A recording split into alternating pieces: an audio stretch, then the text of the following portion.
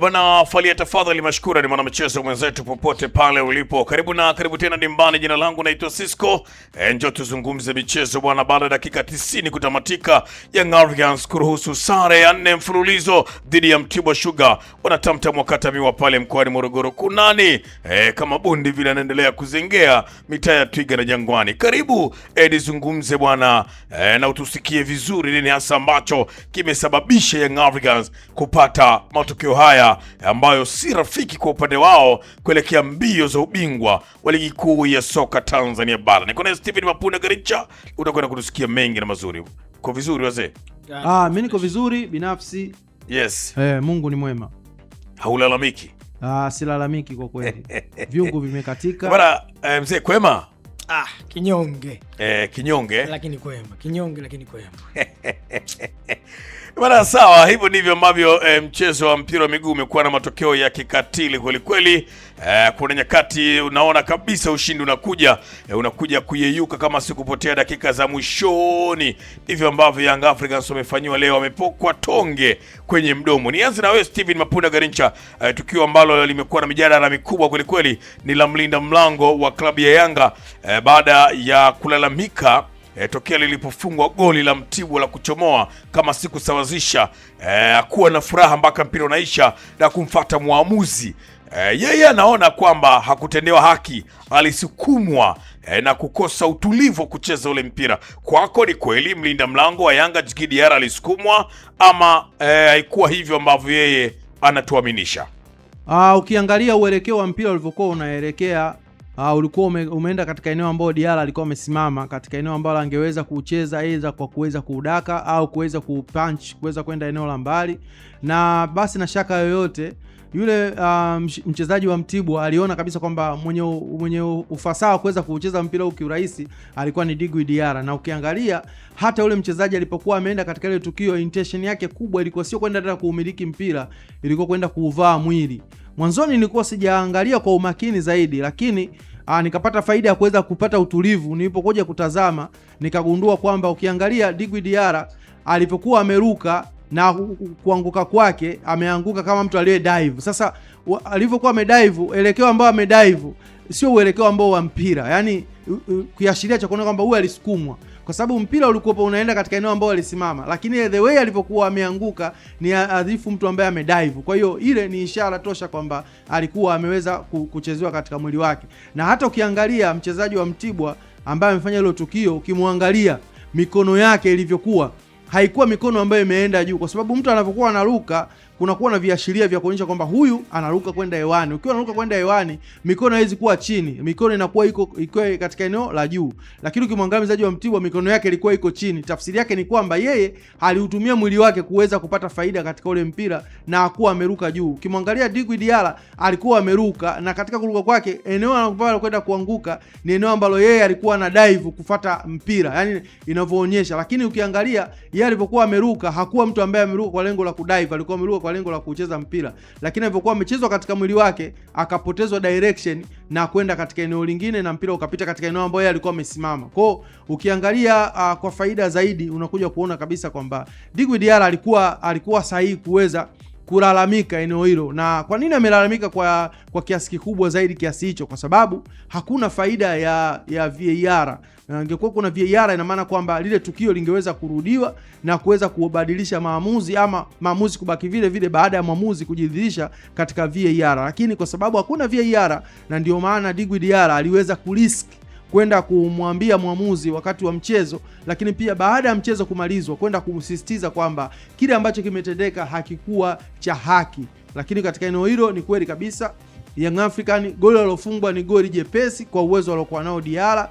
Na kwa nini limekuwa jepesi? Kwa sababu kuna faulu ambayo ilikuwa imefanyika kwa golikipa na kuweza kutoa upenyo kwa Mtibwa Sugar kuweza kusawazisha goli hilo. Bana, hivyo ndivyo ambavyo Steven Mapunda Garincha anatuambia lile tukio ambalo limetokea, namna gani pia limeleta shughuli kuwa nzito kwa wananchi. Godfrey. Yes man. Siku mbaya kazini. Bwana, siku ya kwanza rafiki yangu kibarua kimeota nyasi. Lakini si mbaya hizi sara hizi. Kuna namna zinawapa labda nguvu ya kujua wapi mnapoteleza. Unajua ukizungumza sare bwana, si kweli, unadanganya. Kuna mabadiliko makubwa yanahitajika ndani ya timu. Unafikiri nini hasa ambacho kimesababisha kwenye dakika hizi 90 mkakosa matokeo ya alama 3? Mmetengeneza nafasi nyingi sana lakini hamkuweza kuzitumia. Wewe ni shabiki na mwanachama wa klabu ya Yanga, lakini pia ni mchezaji wa soka, mwalimu pia wa mpira, unaelewa vingi kweli kweli juu ya mpira wa miguu. Nini hasa ambacho kimesababisha leo wananchi mnatoka vichwa chini? Mimi kwa ukweli nikikupa kwenye hichi kilotokea hapa, kuna tatizo la kwamba wameanza kwa fujo, wameanza kwa lesi, wameshindwa kumaliza mchezo. Cha kwanza wameshindwa kucontrol game. Yaani mpira ni mchezo ambao filimbi ya mwisho. Usitegemee mpira ukamtegemea refarii atakubeba, kwa sababu maamuzi ya refarii ni maamuzi ya mwisho.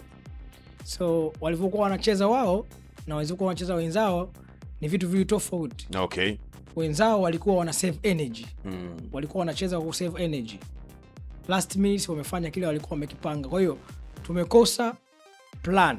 Kuna plan A, plan B na plan C. Hizo herufi zina maana yake. Kuna attacking, kuna ball control na kuna connection. Unaelewa? Ukija kwenye ukocha, vitu hivyo vyote tumevikosa yani kwa leo, kwa mechi ya leo. Tumepata nafasi nyingi, tumezitumia vibaya. Unapata mpira, una eneo zuri la area la utulivu, lakini unafanya mapepe. Kwa hiyo tumekosa kucontrol game.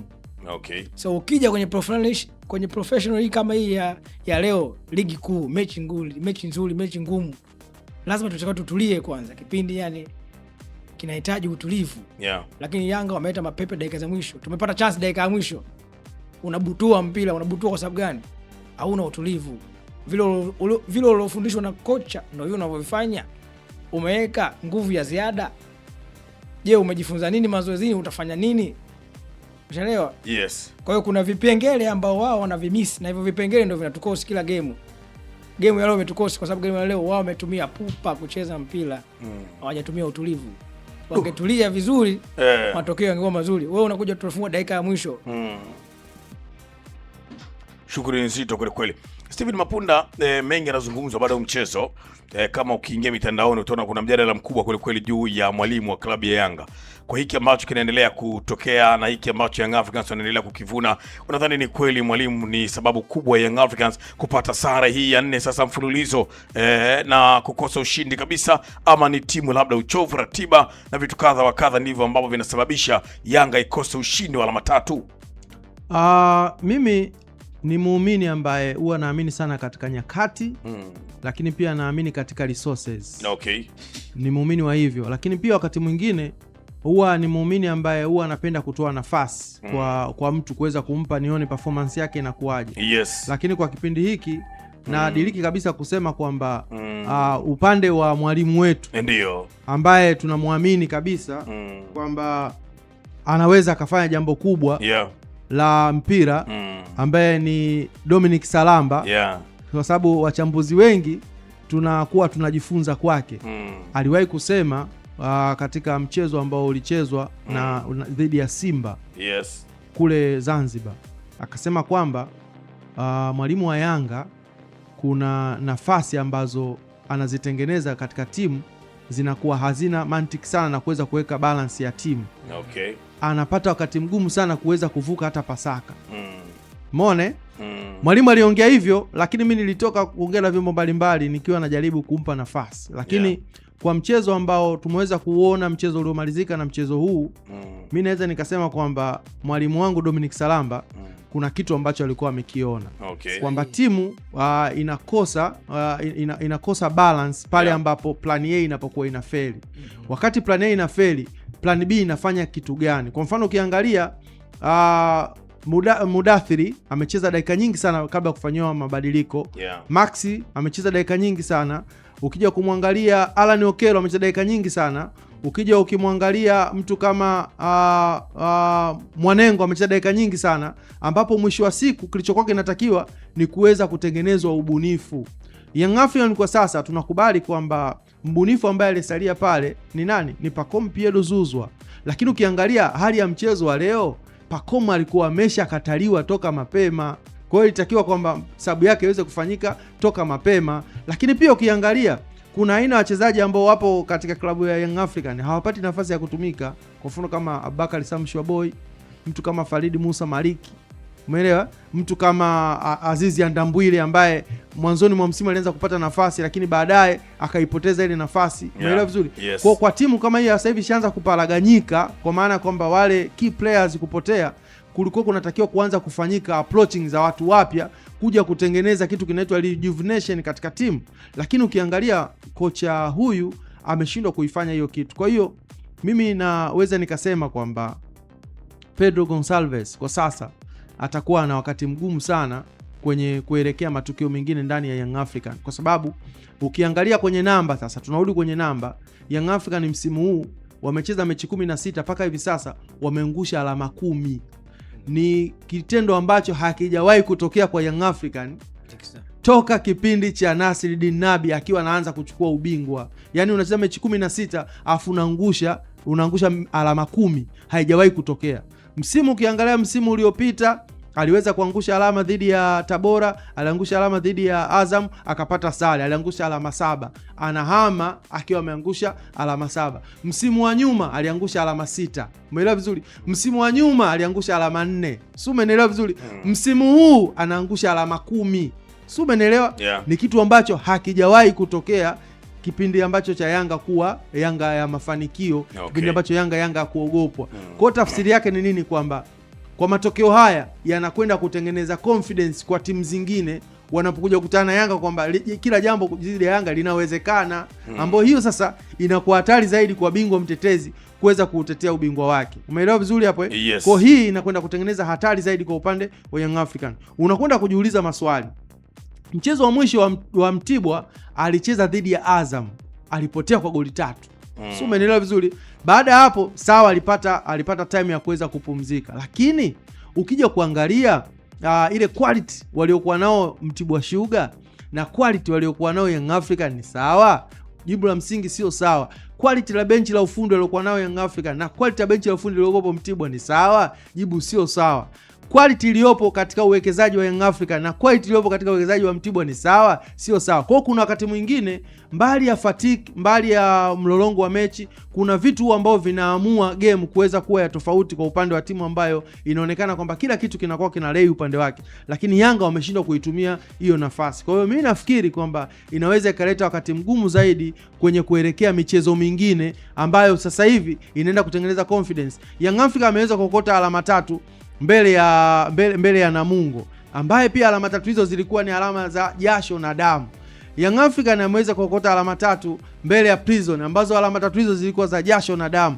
Young African ameweza kuokota alama 1 dhidi ya Mbeya City zilizokuwa na jasho na damu. Ameweza kuokota alama 1 dhidi ya Simba na Azam zilizokuwa na jasho na damu. Je, katika ungu ya pili kama mnaweza kutengeneza confidence hivi kwa timu ambazo za madaraja ya kati zinapata confidence hivi, vipi zile timu ambazo mnakuwa na intensity sawa, mnagowania katika top 4? Kwa Yanga inaweza ikawapata wakati mgumu zaidi kama wasipoweza kubadilika katika eneo hili. Lakini eneo la mwisho ambao mimi naweza nikaliona kwa Young African, eneo la fitness. Coach wa fitness, kuna shida kwenye fitness. Young African ilikuwa imezoeleka kwamba kwa misimu minne kwamba ikifika kipindi cha pili Young African inakuwa mpya, lakini sasa hivi inapokuwa ina place kipindi cha kwanza, ikiingia kipindi cha pili inakuwa inafanana na mpinzani. Ukiangalia Mtibwa kipindi cha pili waliweza kuposesi mpira kwa kuwa na reaction kwenye kila matukio kwa haraka zaidi. Yes. Yaani wakigusa mpira Mtibwa wamefika na walikuwa wana uwezo wa kumaliza uwanja hadi mwisho, kuweza kupiga mipira mirefu inakwenda kwa Diala, mingine inapigwa inafika katika eneo la mwisho na kuweza kubabatiza mabeki. Kwa hiyo tafsiri yake ni kwamba walipofika kipindi cha pili ile pumzi ikawa balanced upande wa timu pinzani na upande wa Yanga. Hii ni hatari. Kwa hiyo kuna eneo la kuweza kurekebisha, hususan katika eneo la fitness coach. Inawezekana fitness coach akawa ni kocha mzuri wa mazoezi mazuri ya fitness, lakini yakawa sio mazoezi suitable kwa mchezaji, kwa sababu mazoezi ya fitness sio kufanya mazoezi magumu, sio kufanya mazoezi ambayo yanafanya miili sasa inaanza kuchoka, uchovu unakuwa mwingi. Mwanzoni mwa msimu nakumbuka kuna kipindi fulani niliwahi kumsikia Dominic Salamba akiwa anazungumza kwamba Yanga inaonekana inacheza kwa uchovu mwingi sana mwanzoni mwa msimu kabisa, kwa uchovu mwingi. Inawezekana hii ni matokeo ya mazoezi ya kipindi ambacho cha kujiandaa kwenda kwenye mechi. Kwa hiyo inawezekana mazoezi yao yamekwenda kutengeneza miili iweze kuwa dhaifu badala ya kuwa strong, na hicho ndicho ambacho kimeweza kuzalishwa mpaka hivi sasa kinaendelea kuongea, na ndio maana huwa anadili kusema kwamba mwalimu alisema. Kwa sababu gani? Anachokisema matokeo yake yanakwenda kuonekana miezi mitatu mbele. Tafsiri yake ni kwamba kile ambacho kinasemwa kifanyiwe kazi. Kwenye eneo la fitness la Young African shida ipo kubwa, inatakiwa hapo waweze kufanyiwa marekebisho ya kutosha. Shida ipo kubwa, timu inakata upepo kipindi cha pili. Shida ipo kubwa pia, majeruhi yamekuwa rahisi sana kuyapata kwa upande wa Young African. Wachezaji walizoeleka Young African wanakuwa wachezaji chuma, wachezaji jiwe, lakini kwa sasa wamekuwa ni wachezaji ambao unakuwa na mashaka wanapokutana 50 kwa 50 na beki ambaye mgumu. Unaona kwamba huyu atarudi kweli uwanjani. Kwa ulegevu umekuwa mwingi kwa upande wa Young African. Kwenye eneo la fitness inawezekana pia ikawa ni sehemu ya kuweza kumwangusa Pedro. Na pia kwa upande wa Pedro kwenye eneo la kufanya substitution. Leo mimi nitakuuliza katika mechi ya leo amefanya substitution wachezaji wangapi? Ameingia Buba dakika za majeruhi kabisa. Ameingia Azizi Ndambwile dakika za majeruhi kabisa ambazo haziwezi kubadilisha chochote, lakini pia ameweza kumuingiza Mohamed Damaro Kamara. Umeelewa vizuri hapo? Lakini pia ukiangalia sabu ambazo wamezifanya, je, zinakwenda kuleta tija au zinakwenda kuongeza mzigo? Kwa hiyo unakuja kujikuta akifanya sabu watu ndo wanashika kichwa. Aya! Kwa hii pia ni alama mbaya kwa upande wa coach na upande wa Young African. Yanga ilikuwa inazoeleka kwamba unapokwenda kufanya sabu inakuwa super sabu, lakini kwa kocha huyu kwenye kufanya sabu zimekuwa sabu ambazo zina mashaka zaidi ndani ya Yanga. Kwa hili linaweza likaleta wakati mgumu zaidi kwa mechi zinazofuata za Young African. Muda bado upo kwa Young African, kama wanaweza kuyafanyia kazi haya ambayo naweza kuyasema, yawezekana pia akaenda kuwa na msaada mkubwa, lakini kama wataona kwamba sisi ni wakubwa, tumeshachukua mara 4 mfululizo, yawezekana safari hii ikawa ni kimbembe kikubwa zaidi. Young African haijawahi kupitia kipindi ambacho kama kipindiko wanachokipitia cha kuangusha alama 10 katika michezo 16. Haijawahi kutokea katika kipindi chote cha mafanikio ya Young African. Hii ni dalili ya kwamba Yanga sasa inakwenda kwenye kudrop. Kwa sababu gani? Mpira unakuwa na exposition, transition, climax. Unafika kwenye climax, sasa hapo kuna mawili. Ufanye transition ya kupanda, ufanye transition ya kushuka. Umeelewa vizuri? Kwa sasa hivi sasa Yanga imefika kwenye climax. Kinachotokea sasa watu wanaanza kudrop. Mudathir alikuwa na kiwango kikubwa, ana drop. Maxi ana drop. Ukija kumwangalia Jobu ana drop majeraha. Ukija kumwangalia Baka ana drop majeraha. Ukija kumwangalia Isaka Boka ana drop. Kwa hii tafsiri yake ni kwamba Yanga sasa grafu inaanza kushuka chini. Wakati inashuka chini unakumbana na vitu viwili. Kitu cha kwanza, mpinzani wako ambao umemuonea kwa miaka mingi amekaa na daftari anakusoma kwamba wewe una nguvu kiasi maeneo gani, una udhaifu maeneo gani, ili eneo anaenda kulifanyia kazi. Alafu eneo la pili ni kwamba sasa katika ubora wako ulikuwa nao sasa umeanza kupungua na mimi naanza kuongeza nguvu. Kwa hiyo hii inaweza ikawa ni hatari zaidi kwa upande wa Young Africa kama wasipoweza kufanyia kazi bwana Sisco. Sawa, hivyo ndivyo ambavyo Steven Mapunda Garincha pia anaendelea kutuambia namna ambavyo Young Africans leo wamepata matokeo hayo. Shughuli ni nzito kweli kweli, message ni nyingi. Ngoja nipite na message